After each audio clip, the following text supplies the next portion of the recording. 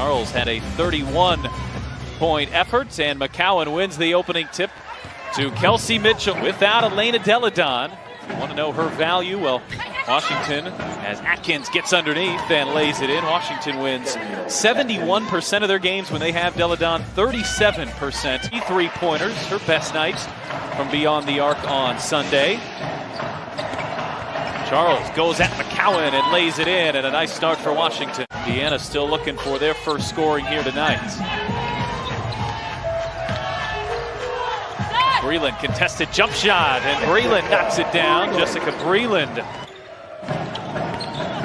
Sydney Weiss, who's getting her first start of the season. Charles step back on McCowan. She gets the roll. That's just a great move right there. That high shot release, I mean, it's a very unique shot. Mitchell sets up Breland. Jessica Breland, she's had it going. Vision to see her other post player cutting to the basket. Charles goes back to work. That sweeping hook shot. And that's the signature move of Tina Charles. Kept her out all of last season, so you certainly want to be careful with it. Tiffany Mitchell steps into a three and connects. And if she can get that three ball rolling for her tonight, that's just going to open up the floor then to create the dribble penetration. Weiss is a knockdown three-point shooter, and she hits her first attempt. We're going to a good backup stadium. Pacers home back in the day as well, as Breland steps in, kicks out to Robinson, who knocks down the baseline jump shot. Danielle Robinson kind of reacted on that shot, but just drained it. Here's Charles with a foot on the line, and Charles hits. Tina Charles is 5 of 6 from the floor. Sure, it gave her a good boost of confidence, and I know her teammates were just over the moon for her, because they know what she's capable of doing. As we see Vivian's on cue, getting involved in the steal, layup to D-Rob. Defensive stopper as well.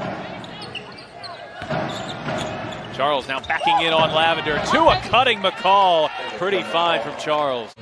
Cox talked about it this morning. It's all about her rhythm and timing now. She's feeling better physically as Mitchell dials up a three. Reached that number, still in their playing career, so, you know, she's just creating a new norm.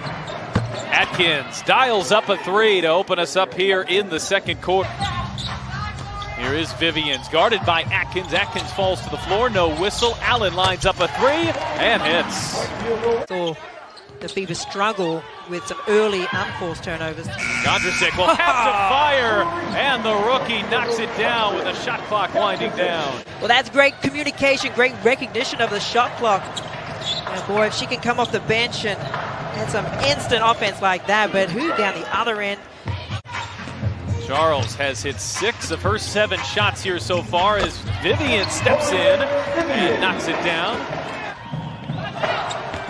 Both teams now just starting to find a rhythm offensively as Tina Charles just drains that three.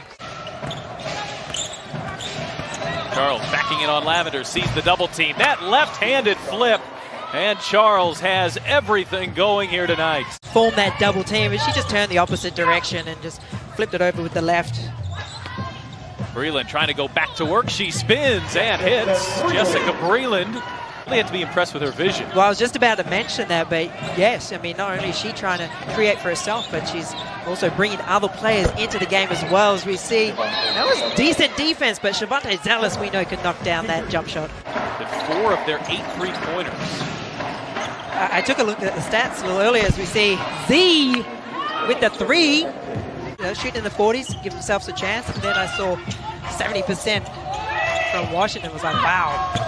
Breland knocks down another deep 2. Jessica Breland. Cloud, the handoff to Hines Allen, who goes unescorted to the rim.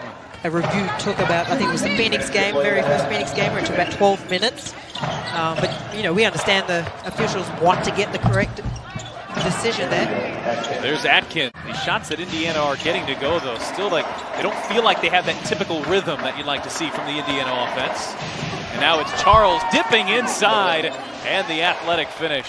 You can't trade, you need to get some stops now, so you know, Wilson Fever knocking down a couple of shots as we see Breland here knocking down another 15-foot jump shot.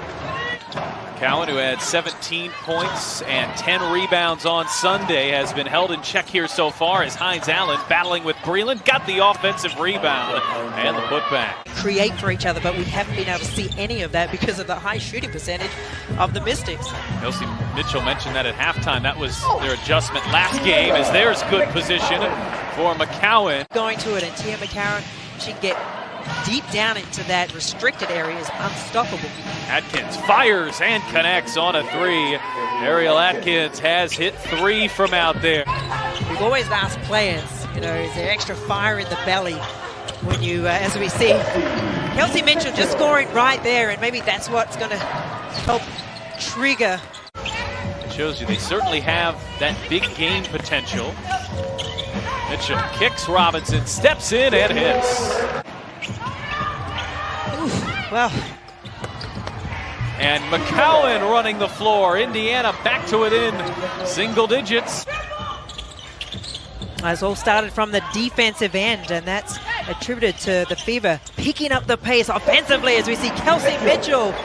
Yes, every team is just trying to get that balance, you know, with veterans, youth, as we see Victoria Vivian's making a tough shot. Yeah, teams have moved a lot of pieces of the puzzle around and trying to just find combinations of youth and experiences, keeping that defensive intensity where it is, and then maybe increasing it because she has fresh legs now.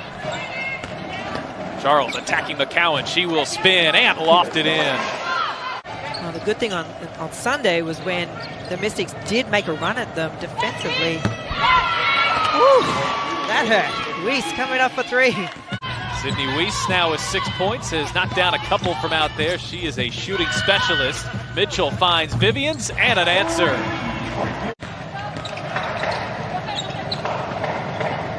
Charles, she'll hit a 3. Perimeter shooting showdown here late in the third. Mitchell working around Charles. Mitchell on the drive, gets to the rim, bank shot too hard. One last look here for Indiana. Allen pulls up and hits. It's a 13-point lead here for Washington. Indiana looking to cut into it in the fourth quarter as Allen drives inside. Got around Mitchell, and a bank shot for Lindsay Allen. Mitchell on the drive, gets inside, athletic finish. Tiffany Mitchell brings Indiana back within 10. Just a great offensive set in general. Working Tiffany Mitchell off some screens, with a bit of a wheel action. Hines Allen left open, and an answer from 3. Washington able to keep Indiana at an arm's length here in the second half. Mitchell looking to answer, Euro step finish. Tiffany Mitchell has been aggressive here in the fourth quarter. Pounding moments. Lauren Cox has checked back in. Still looking for her first scoring of the season as Mitchell dials up a 3, and just like that, Indiana back within single digits. Well-executed play coming out of that timeout. That's what you want to see. Kelsey Mitchell just working off some great screens there, getting open for that shot. But you got to get a stop as well. Kelsey not quite in that corner quick enough to help her out. As we see Tiffany Mitchell, she has come alive in these last few minutes, just in the defensive lanes, getting steals, but just now starting to really attack the basket. Here's Tina Charles with 28 points tonight. Going at the second-year pro, Lauren Cox in that sweeping hook shot for Charles. Here's Hines Allen, got through Breland. Hines Allen with a bank shot. And I got a bone to pick with my mom because she sent me a text message saying that Pat Boylan looks really good on TV. I'm like, what am I, chopped liver? I think she just assumed that you knew she looked good. Come on, she's your mom.